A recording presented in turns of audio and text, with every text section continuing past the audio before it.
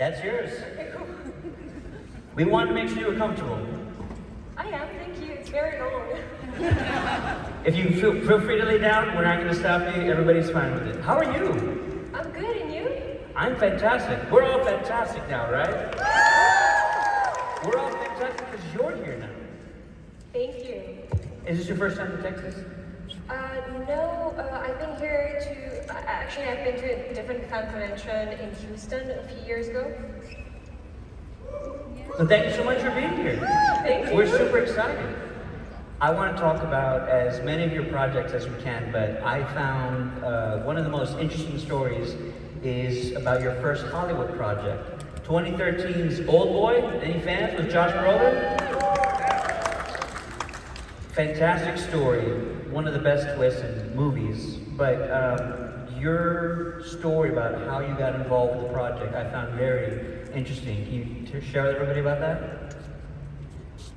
It was my first American movie because, I mean, you guys might know that I'm French, and so I got the honor to get to work with Spike Lee, so that was a beautiful experience, and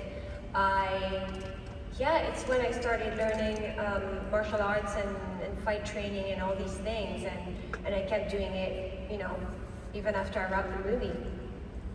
But I heard somebody from the studio saw you boxing. Is that what happened? You had impressed somebody with either your martial arts or your boxing, and that kind of scored you an audition for the movie. No. No, oh my god, it feels like ages ago. What happened? I mean, I could barely speak English when I got that part, that I remember. No, it's thanks to Roy Lee, an amazing producer who kind of became my guardian angel and sent me that script and said, we're looking for someone to play the bodyguard of the villain. In the original movie directed by Park Chan-wook, it was a man, and it was turned into a woman in the script. And and so he introduced me to the casting director. So I went back to France and I started taking boxing lessons to get ready for the role. And then I finally got to do the audition with the casting director in Spike Lee, and I had to show my moves. I was not like really good back then. I'm much better now, but I did my best and I got the role. That's probably the part that I probably mistook, is that you had to do the lessons and then you saw it afterwards. Was your first Hollywood American film, that experience, all that you thought it would be?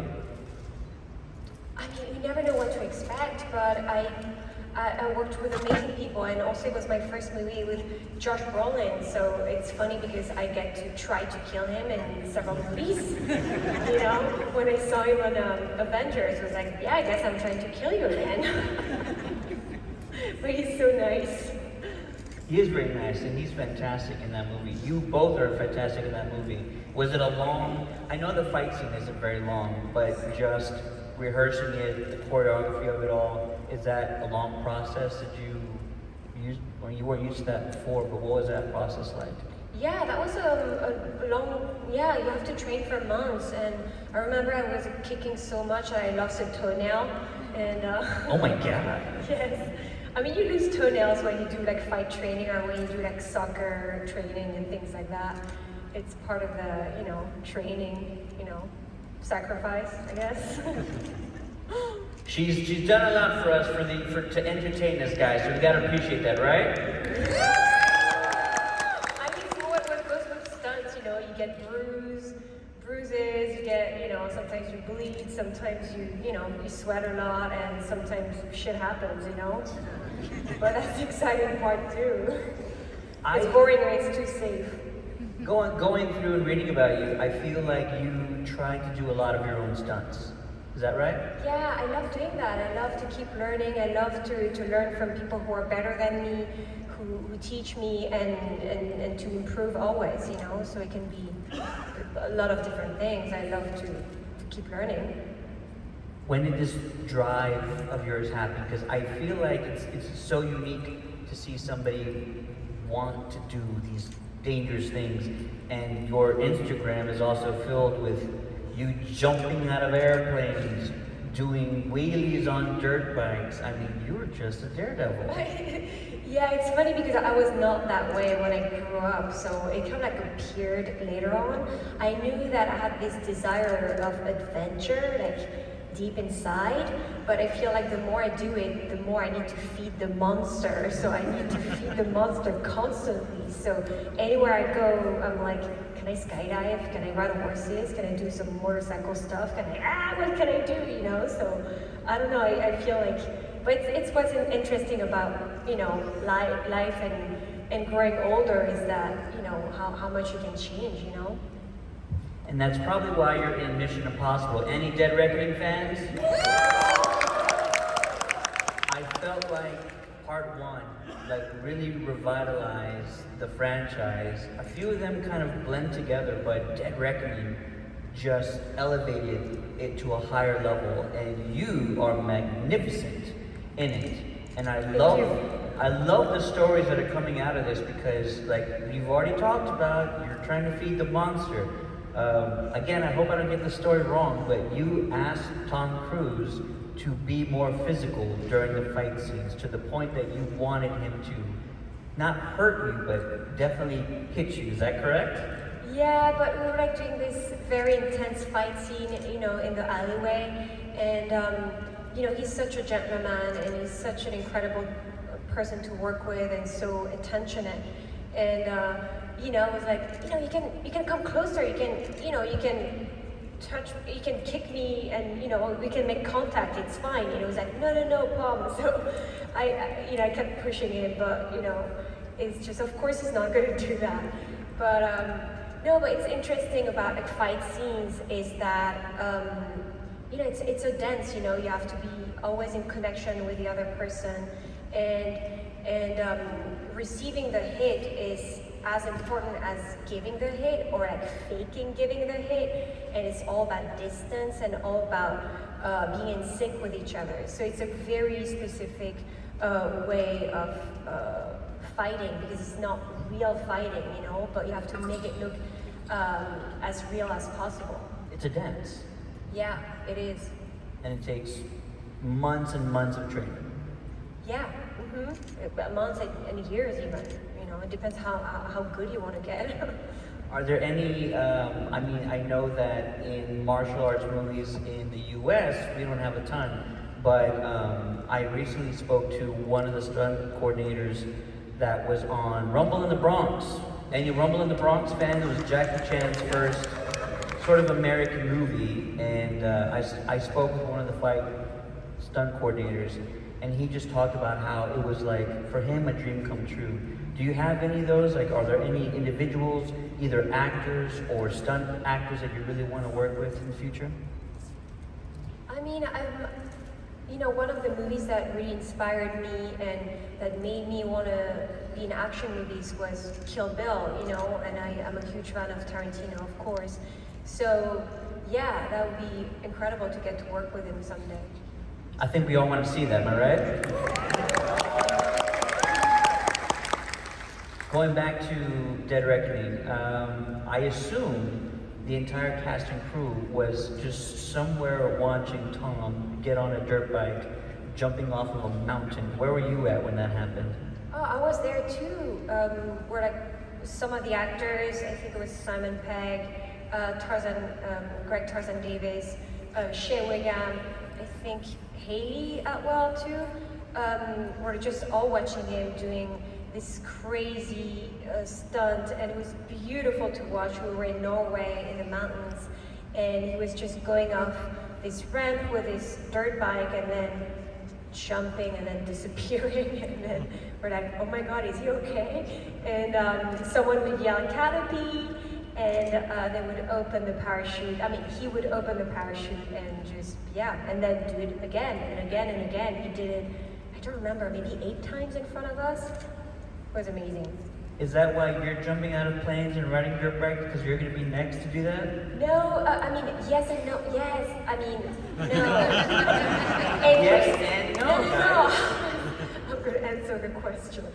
I was inspired by Tom, of course. Tom and the stunt team, and I would see Tom always jumping and skydiving, and I remember telling him, I want to do that with you guys. Can I come? Can I do it? It was like, no, you need to get your license. So when I wrapped the movie, I asked Tom, Tom, I would love to learn how to skydive. Where should I go? Do you have any recommendation? So he gifted me as one of my wrap gifts to teach me how to skydive, not himself, but to have me learn with someone else. And so I went to a drop zone and I learned for like maybe 10 days. You have to like give yourself approximately 2 weeks to learn how to skydive, how to have the A license. And then he came on the last day when I was about to get my license, and we did 9 jumps together. It was incredible, and I will remember that forever. That's amazing, right? More power to you, because I'm one of those folks that I will probably never do it. I'm not afraid of heights, I'm just afraid of falling. Falling is scary. I mean, you should try anyway. Just try tandem and see if you like it, no? I'll see, I don't know. But it's so over the top and so crazy. It feels like it's CGI when you're like up in the sky anyway. I love that. So you're gonna continue to, it feels like you really want, and you're motivated to continue to kind of expand your stunt repertoire a little bit and try new things. I think that's incredible, that's fantastic. Oh, thank you. Yeah, and we can't wait to see what happens in Dead Reckoning Part 2, which comes out next year. And please do not give us any specific details, but what are we all in store for? I don't know. You don't know yet? I mean, I don't know. We'll leave it at No that. clue. What are you talking about? No clue. I made it all up. Can we talk about Mantis? Any Mantis fans in the house? There's a few. What is it like working on a Marvel Cinematic Universe movie? I mean, it was amazing. For me, it was amazing to work with James Gunn, because I remember wanting, it was one of my dreams to be an X-Men and then to be part of the Marvel Universe. I loved all these movies.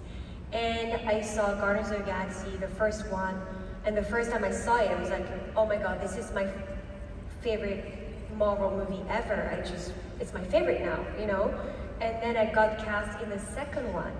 So I felt really lucky to get to be in that one and to get to work with James Gunn on all these movies, and I want to keep working with him, and just we're friends, and I love the Guardians of the Galaxy. And if I speak about that more, then I'm going to start crying. So next question. Can you tell us about the events that led you to being a part of the movie? Events? What? Well, like, how did you either get the audition, or what was the process? Oh yes, okay, so the first audition was with the casting director, Sarah Finn. She's amazing. And then I had a call back with Sarah Finn and James Gunn. And then I did a screen test with Dave Bautista, because I had most of my scenes with him. So He's super sweet. yeah, it was so nice. So yeah, and not long after I got a phone call. What do you remember from just that screen test with Dave? Was it like a comedic scene? Was it serious? Did you immediately feel like you were Mantis and he was Drax, or? I remember, it was the scene where we're both sat on the steps, Oh my and I gosh. touch him, and I see all the sad things that he's gone through and all the loss in his family, and it was a pretty emotional, but also there's some funny moments in it. And it's, the beauty of James Gunn's writing and vision is that he's so incredible at mixing together emotion and things are really heartfelt and deep, and with comedy and lightness, We have a lot of questions from the audience, so I'm going to get through as many as I can. This one's from Ryan from Midland. Ryan, where are you, sir? right over there. He says he loves your chemistry and comedic timing with Dave in Guardians of the Galaxy movies. Do you have a favorite memory from filming with Dave? Maybe it's that one. Yeah, I mean, we had such a blast shooting the holiday special. Because, you know, it was just the weirdest I'd ever been at as Mantis. It was just like me and Dave just being like goofballs, you know? So it was so much fun. And I remember this scene that we did on the Walk of Fame, and it was just hilarious to be dressed as Drax and Mantis on the Walk of Fame. It was pretty incredible. I love that. We have a question here from Richard Nebbins. Richard, are you here somewhere? Right over here. I'm going to ask a question, but I think I might know one answer to it already. With so many of your Guardians MCU castmates joining James Gunn's DC Universe, is there a character you would want to play if you joined too? Now, there's a caveat, right? She was already in Suicide Squad. But is there anybody else you would want to play on the DC comic side of the movies? Do you think I'm really going to answer this question? No, I just want to keep working with James, you know. So we're like trying to find ways to do that. And yes, we've been talking about one specific character, but I can't talk about it right now. And that's all we need, right, guys? Can we go back to Suicide Squad? Is that okay? The what? Your performance, your role in Suicide Squad. Oh yeah, I mean, I was shooting another movie in Atlanta. I was shooting Thunder Force with Melissa McCarthy. I had such a fun time shooting that, and he was there too. And you know, I was visiting set, and I think we had dinner at some point, and I told James I would love to do a cameo in this movie, like anything. Just give me like I could be like I don't know, a waitress in a bar, or like something unrecognizable, or like something super weird, like just like something that is just like in the background. I don't know. It's just funny, you know. And he said, okay, let me think about it. And then it was like, yeah, there is like this exotic dancer. I was like, yes, sign me up. And I want to be unrecognizable. I want to have like weird, like big boobs and like weird makeup and no brows and just a wig with weird hair and just yeah, I want to look weird and just do weird stuff. That's what I love to do. I love to do weird stuff. It was like, okay, so yeah, so we did that. And it was fantastic, am I right? Yes. We have a question from Katie here. What was your most favorite stunt to learn from Mission Impossible? Oh my god, it's been such a long shoot. I can't pinpoint. I mean, it was pretty fun to run on top of a moving train and to like jump between carriages, and it was like actually like really, the train was really moving fast, and it was really cool because they were like shooting with also a camera and a drone too, so it had to be perfect timing for me to like jump and for the camera to catch it at the same time. And there was like one take that the sun was falling in a way that, I don't know, it looked super cool. It looked like the sun was in between my legs when I was jumping. And we're like, yes, we got the shot. So it's always like, you know, sometimes you do many takes and then there's a take that's like, this is it, this is a take. So that's an amazing feeling to get. And that's why you do lots of shots, guys. I want to do a speed round with you. Is that okay? What? Speed round, just quick questions, quick answers. Oh my god. This is about your MCU fellow castmates on Guardians of the Galaxy. First question, who is the prankster of the group? I don't think there's a prankster. Like people make jokes, but we don't do pranks. That's my next question, is actually, you've already been labeled the funniest on the group, so who's the second funniest? Who said that? All Everyone is hilarious. All of your castmates. No way. They all I said know you were because the I'm funniest. weird. So who's the second funniest behind you? I mean, Chris Pratt is hilarious, of course.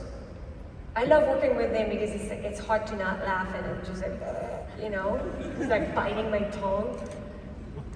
That might be an answer to my next question. Who is most likely to break during an emotional scene? we're too professional for that. Come on. You guys are human. Some of y'all. No, but Michael Rooker, like you remember that scene when he's dead? Yeah. You've seen the movies, right? I can Very see that. So he was playing dead, but, you know, come on the phone. Are you serious? Are you serious? Okay, so he was dead. I mean, fake dead, of course, movie stuff. And Chris Pratt was making a beautiful speech about, you know, because he's dead. So it's pretty emotional. And Michael Rooker, take after take, he started falling asleep. So that was rude. So we like push him, come on, just wake up. And he was like, no, wake up! So that was, it was kind of like breaking the scene in some ways, right? Who's the best dancer in the group, and is it really Chris Pratt? Oh, he's a great dancer. I mean, Zoe is a great dancer too, and she was a dancer before. She did ballet, I think, when she was younger. So it goes Zoe? Yeah, Zoe is a great dancer, I guess. I mean, I'm a good dancer too. Of course you are. No, Zoe's a great dancer. Yeah. Last question of the speed round. Who is the singer of the group? Who is always singing, or singing in between takes, or who's maybe Karen, you know the answer. That's what you were asking me. Yes. Karen Gillan, she's always like bringing it into singing, but in a very funny way. She's like, she's hilarious. We need to see some of those behind-the-scenes shots of her singing with the full makeup and the full outfit, because most of the time, I mean, you've already seen her in her outfit, so very stoic and very... Yeah, I mean, she's hilarious. I don't know if you remember on her Instagram at some point, she posted a picture of her and her husband, and they're like doing a Zoom call, I think. Like a therapy session that she was wearing the Nebula makeup, so that was really funny. This one is from Omar from Puerto Rico. Omar, where you at, sir? Right over there. He wants to know, what is your craziest story that you can recall from filming Guardians of the Galaxy? Let's go with any of the movies. The craziest story? Like in general? Oh my god, I don't remember. Do you have any challenges that you guys faced? Maybe a scene that was really hard to film, took forever to shoot? I mean, sometimes like things are very technical, so it's kind of like boring to talk about it, but it just reminds you of how like important every role is on set, and not just the people who are in front of the camera, you know? So, you know, there was like this very technical scene with the really cool fight scene in Guardians of the I can't say the word, Guardians of the Galaxy Volume 3, you know, with the big fight with like all the Guardians fighting, you know, and it goes In the hallway. Yeah, and the camera movement is very intricate, and you know, what we do with the stunts, you know, is very specific and has to be shown at a specific moment with the camera. So that was hard to get. So that took many takes, especially when it's a oneer, you know. So if there's no cut, it's hard to get. What's remarkable is that I will always remember walking out of the theater watching the first Guardians film and thinking, what did I just watch? It was so funny, it was so entertaining, all the characters were just so impressive, the acting, the story. It was like the first time knowing the potential of what comic book movies should be for the future. Somehow James was able to elevate the movies going forward, and then Guardians 3 came out and it sort of ripped out all of our hearts. It was so emotional, but talk to us about what it means to you and what the other cast have said about all three films and how amazing they are. And I feel like Guardians 3 is just, it really is an achievement. Like, movies aren't supposed to be that emotional. We're not supposed to get that emotional over like animal characters from other planets. Yeah, with a raccoon and a talking tree. Yeah. That was my first thought. It's like, this is ripping my heart out, and it's about alien animals from another planet. This is remarkable. What does it mean to you to have just achieved all of these great cinematic movies? I mean, first of all, it's not me, it's a group, You're and part it's of it. James. You're part of it. Yes, and I was in 2 movies and the holiday special, but I totally agree with you in as an audience member that these movies are incredible. It's James Gunn's vision because he's the writer and the director, and he cast us all. And you know, I feel so grateful for these movies, and I'm so glad that everyone enjoys them as well. And yeah, these stories are deeply moving because they talk about family and human connection, and not the just the family that you have, but the family that you make for yourself after. And yeah, I mean, I don't know what to add. It's just, yeah, it was a roller coaster of emotions for sure. And the third movie was deeply emotional. It was really emotional for us to shoot it too, because we knew that it was the end of the trilogy as James Gunn imagined it. I have a question here. There's no name, and that's okay, but it's a very interesting one. Are horses your biggest love? I love horses. No, I really love horses.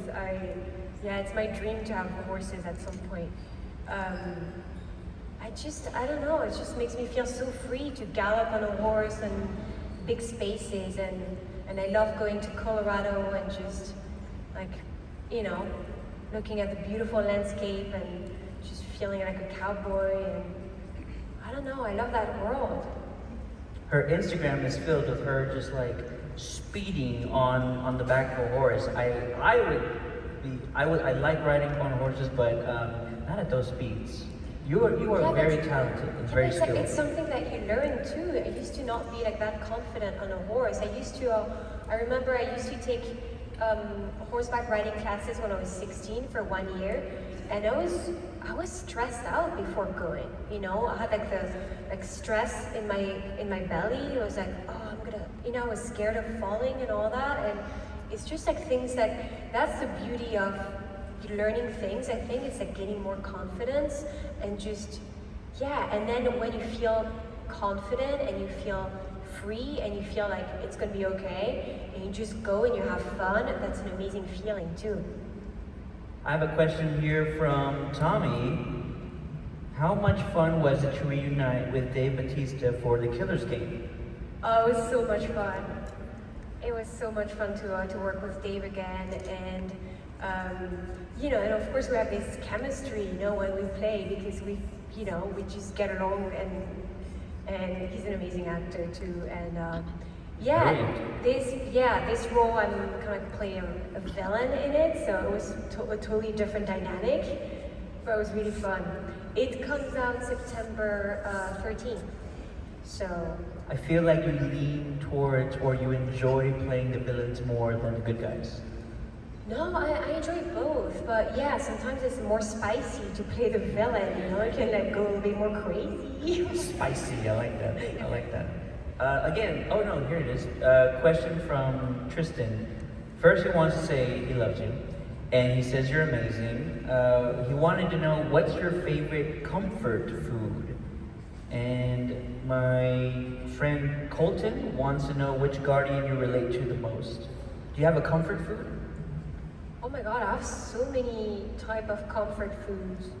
I don't know, so sometimes I like to eat some chips, you know, like I don't know, it's nice, it's like so salty, you know, and it's so crispy, I like it. Oh my god, my Instagram handle used to be Pom Crispy. I forgot. Because of the chips? Yeah, I don't know, because I like chips. I love that. I mean, it's not the only food that I like, because I love food. But, you know, of course, bread and butter, if I'm in a place where there's good bread and good butter. Because coming from France, of course, the bar is high. But, very high. I don't know, there's like so many things I love. I have another question here from Bill from Houston, Texas. Where's Bill at? There he is, right there. He wants to know, and this is a great question, Bill. Who would win in a fight, Mantis or Paris? Oh, that's a tough one. Yeah, but the thing is, Paris is more skilled, physically, But Mantis could make Paris sleep or make Paris laugh and not want to fight anymore. So, Mantis might win. I don't know. I think so too. Or maybe they might become friends and just, your weird duo. Mantis and Paris. That is also an option. They become friends in the end. Yeah, and they're gonna end up eating chips. And bread and butter. And bread and butter, perfect. I got a great question from Elise. Where's Elise at? Right over here. She wants to know what was the funniest moment on the set of Guardians of the Galaxy? Maybe either of the films, or maybe the funniest scene you did. I mean, there's so many moments were funny, and it's not even supposed to be funny in the movie, but when you're shooting it, it's funny. But I remember in the last movie, in Guardians of the Galaxy Volume 3, when Chris Pratt was drawing the thing, when he's like, "Have you seen this man?" I kept showing with a horrible drawing, and I was like, "That's really good." And I was like, in my head, I was like, "What the fuck is this?" I was just like trying to not laugh, cry, cry, laugh. What? How do you say? Cry laughing? Cry, laughing, yeah. Is it all James Gunn's humor, or some of these scenes and some of these lines stuff that you guys also contribute and collaborate with him? I mean, I would say it's like 99% of James, So sometimes, of course, we're gonna interpret it like our way, So he had this idea of like Chris drawing the thing, but he didn't tell Chris to draw it this way. It's so shitty, So if he did, it was even more hilarious, but I'm gonna steal a moment here. The funniest scene for me in the third film, Volume 3, and it's not even like the funniest line or anything, it's just like how wacky of a moment it was, is after they break into the biological base or whatever it was, and then the guards come in, and Drax is confused because Chris Pratt, Quill, he's yelling at them, and Drax says, "Are we getting mad again? Mantis, you a-hole!" And I was just like, what? It is so funny. And also, when y'all are landing, your character, obviously, I don't think you were on strings, is kind of bouncing around in, zero gravity on her head and on her back. None of that is you, right? No, I like to do my own stunts, so I was like, can you like throw me, and I do weird stuff, and I love doing that, so. So that was all you? Like, it's so funny because they're all bouncing in zero gravity, and here's Mantis, like plopping on her head, plopping on her back, not in control whatsoever. There's like a lot of things that I did, but like sometimes for stuff like that, it's so like you look like a cartoon character.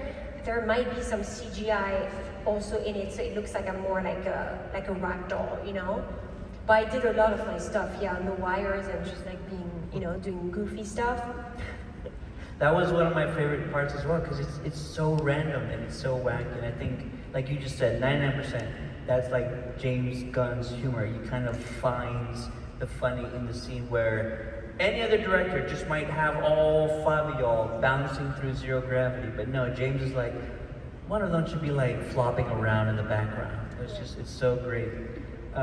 James, has a question here. If Mantis could team up with a hero she hasn't had a scene with in the MCU, obviously, who would it be and what would they do?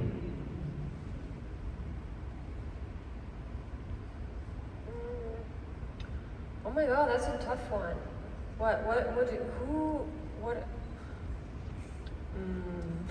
Would y'all like to see Mantis team up with anybody else? No, Captain but Carter? the only thing that I can think of right now is that Pegasus, the horse that Valkyrie is riding, that I'm really interested in. I'm more interested in like this horse than, So I would need to get to that horse and ride the flying horse, because that's my dream, to ride a flying horse. Unfortunately, it doesn't exist. So I don't know how to get there, but maybe I should befriend like Valkyrie, I guess, right? What do we do afterwards? Do I steal the horse from her and go like get some food or something? Yeah, or go to Paris and have a nice meal. Just fly her all over the world eating bread and butter. Yeah, great. Just like woo, toasting, like putting some bread on the butter on a flying horse. That's amazing. So there is a question here about the future of Mantis, but I want to kind of reword it because it's not a way to ask it the way that they kind of said. But if you get an opportunity, and I know James is most likely not moving forward in the MCU, but if you get an opportunity or they ask you to play Mantis again in a future film, whether it be a role or whether it be kind of a cameo of Mantis, would you want to play Mantis again in the future? I mean, I'm always open to it. I love this character, and I'm sure the fans would love to see her again. But I don't know. It depends on the project and who you work with, and the scene the scenes that you have to do too. If it's just to do like one like boring thing, I don't know. But yeah, I'm open to it for sure. Like we'll see. So maybe if, and of course we already know stuff coming down the line, like What? something funny you said it. Yeah, there's something hilarious behind this curtain. Or ghosts. This is San Antonio. We have a lot of ghosts here. Cool. So we know down the line in the MCU we have some Avengers films and we also have Secret Wars. So is there any like interest in just doing anything in sort of a movie of that magnitude, like Secret Wars? I mean, again, I'm open to it, but no one called me. I don't know. We'll go with that. Would you guys want to see Mantis again?